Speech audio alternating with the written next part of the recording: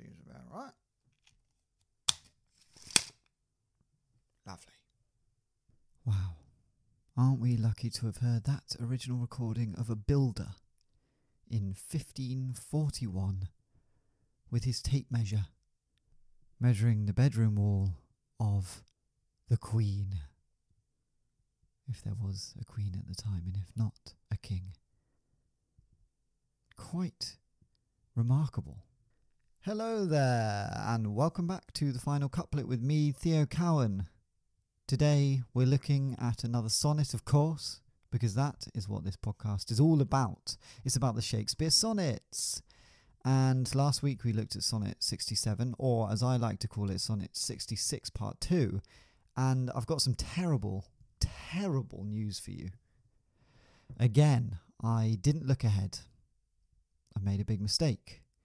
And Sonnet 68, as Shakespeare calls it, should, in fact, be called Sonnet 66 Part 3. I think this is the first Part 3 that we've ever had, because it is essentially a continuation of Sonnet 66 and 67. But Shakespeare doesn't tell you that until you start reading it and you realise it is a continuation, which is annoying. Maybe the whole construct of Part A, B, C, Part 1, 2, 3 didn't exist back then. No, Theo, you're crazy. Of course it existed back then. Shakespeare used that construct. Henry the Fourth, Part 1, Part 2? I mean, he was literally using it in his plays, so why can't he use it in his bloody sonnets? Anyway, look, I've just got to get over it. But I would advise, before listening to this one, to go back and listen to 66 and 67, just to get a little bit of context. Essentially, he's talking to nature about the good old days when people were just hot and sexy, just as they were. He's basically saying people were hotter back in the day, I think. But this Sonnet 68 clarifies that thought a little bit. He goes into a bit more depth. So let's take a listen, shall we? Sonnet 68. Thus is his cheek the map of days outworn, when beauty lived and died as flowers do now, before these bastard signs of fair were born, or durst inhabit on a living brow, before the golden tresses of the dead, the rite of sepulchres, were shorn away, to live a second life on second head, ere beauty's dead fleece made another gay.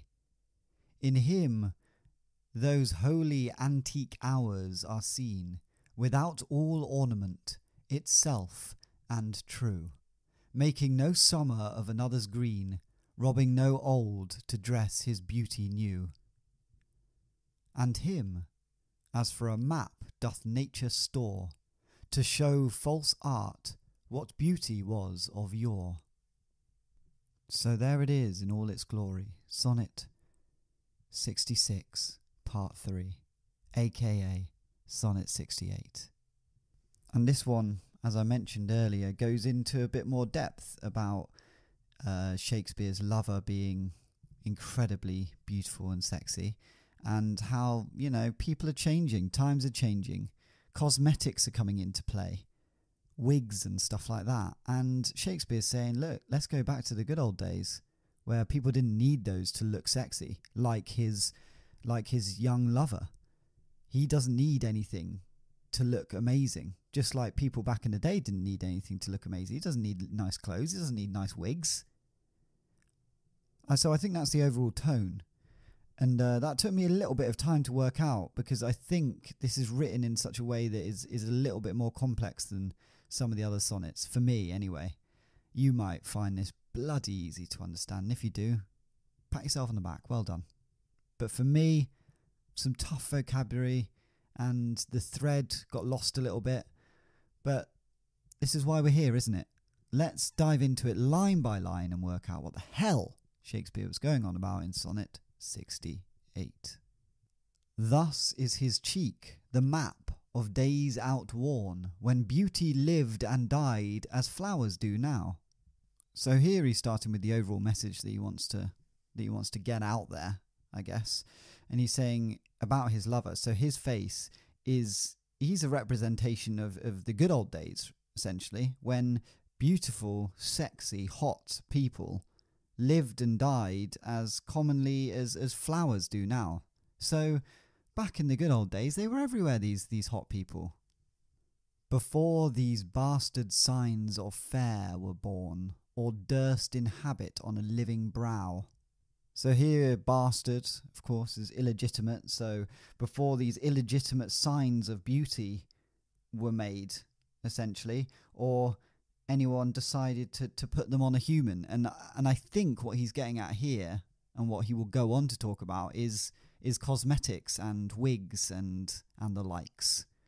Because he continues with, before the golden tresses of the dead, the rite of sepulchres were shorn away, to live a second life on second head.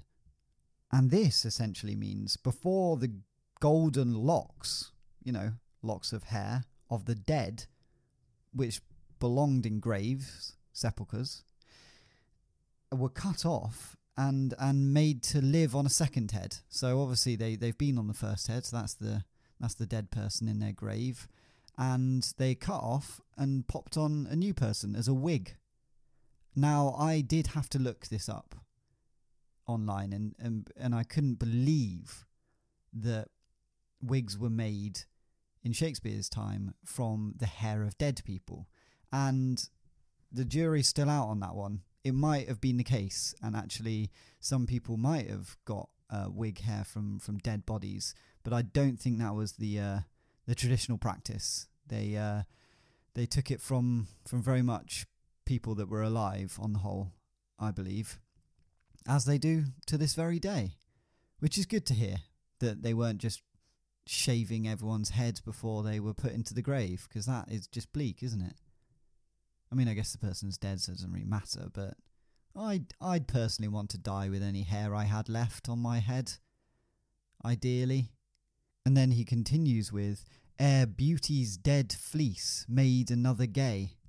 So this is the same thought, really. He's saying, someone else's beautiful head of hair making someone else happy. So before all that, because back in the day, that wasn't a thing. But look at it now. People just taking dead people's hair, popping it on their head, and making themselves all happy and gay. Very strange when you put it like that, to be honest. Now he's back to talking about his young lover here. In him those holy antique hours are seen, without all ornament, itself and true. So here he's saying, in his face, my lover, you can see the old school style of beauty, like I mentioned earlier. He doesn't need a wig or any cosmetics like that to represent beauty. He is just bloody beautiful as he is. The modern day version of this, I guess, is that sort of condescending thing that men do to women, where they say, no, she looks lovely, you look lovely without makeup at all. You're gorgeous without makeup, you don't need all that. That's sort of what he's saying here, essentially. And he continues with, making no summer of another's green, robbing no old to dress his beauty new. So, again, same theme. It's all been the same theme. Classic Shakespeare, going on about the same thing over and over again. But he's hammering it home. You won't forget it. And he's saying, not borrowing someone else's youth, someone else's green, nor robbing from the old to give yourself a new look. Like he talked about with the graves and stuff, but maybe you're taking clothes and everything from the old and giving yourself a whole makeover. It's not a great look. Don't do that. Also, robbing from the old. I mean, if you're a young person and you're going into a grave and you're taking an old person's hair, it's going to be not in great shape, I'd say. A sort of old grey perm you might be lucky to get. A few straggly white hairs. A lot of men lose their hair as they age, but I guess age. I'm thinking now. Age is sort of 80-year-olds and 80, 90. That's old age. But then, probably 40s above, like over 40, you're getting on a little bit. So maybe the heads of hair were better to steal back then. Something to think about. And now, of course, we're on to the final couplet. And him, as for a map doth nature store, to show false art what beauty was of yore. And this is a nice little roundup of what he's been talking about, which is what the final couplet is on the whole in most of the sonnets. And he's saying nature preserves his lover as a map to show these people that pop on wigs and cosmetic things from dead people what beauty actually was, back in the day. So that is Sonnet 68. And I'm glad he went into more detail about people stealing old dead people's hair and popping that on their head to look better and feel better about themselves. And he's just saying, look, you don't need to do that. If you're hot, you're hot. Let's go back to the good old days where just beautiful people were knocking about and died as easily as flowers do now. Let's not... he would be raging at the modern day, wouldn't he? Shakespeare? Look at the cosmetics we have now. It's endless cosmetics. He would like, honestly, of all the things that Shakespeare would be shocked by, I didn't think that sort of cosmetics would be up there. But actually, having read this sonnet, he'd be shocked and appalled and terrified. Right. I think it's about time we add this Sonnet 68 or Sonnet 66 Part 3, and hopefully this is the last of the trilogy, but God knows what happens in Sonnet 69. If it's a continuation, I give up, to be honest. But let's add this to our story. And if you'll remember the last few weeks, Shakespeare has gone to Barbados to see Christopher Marlowe, and they've gone for dinner, and Shakespeare read Christopher Marlowe a sonnet, and then he went to the toilet but hasn't come back for like 45 minutes or an hour.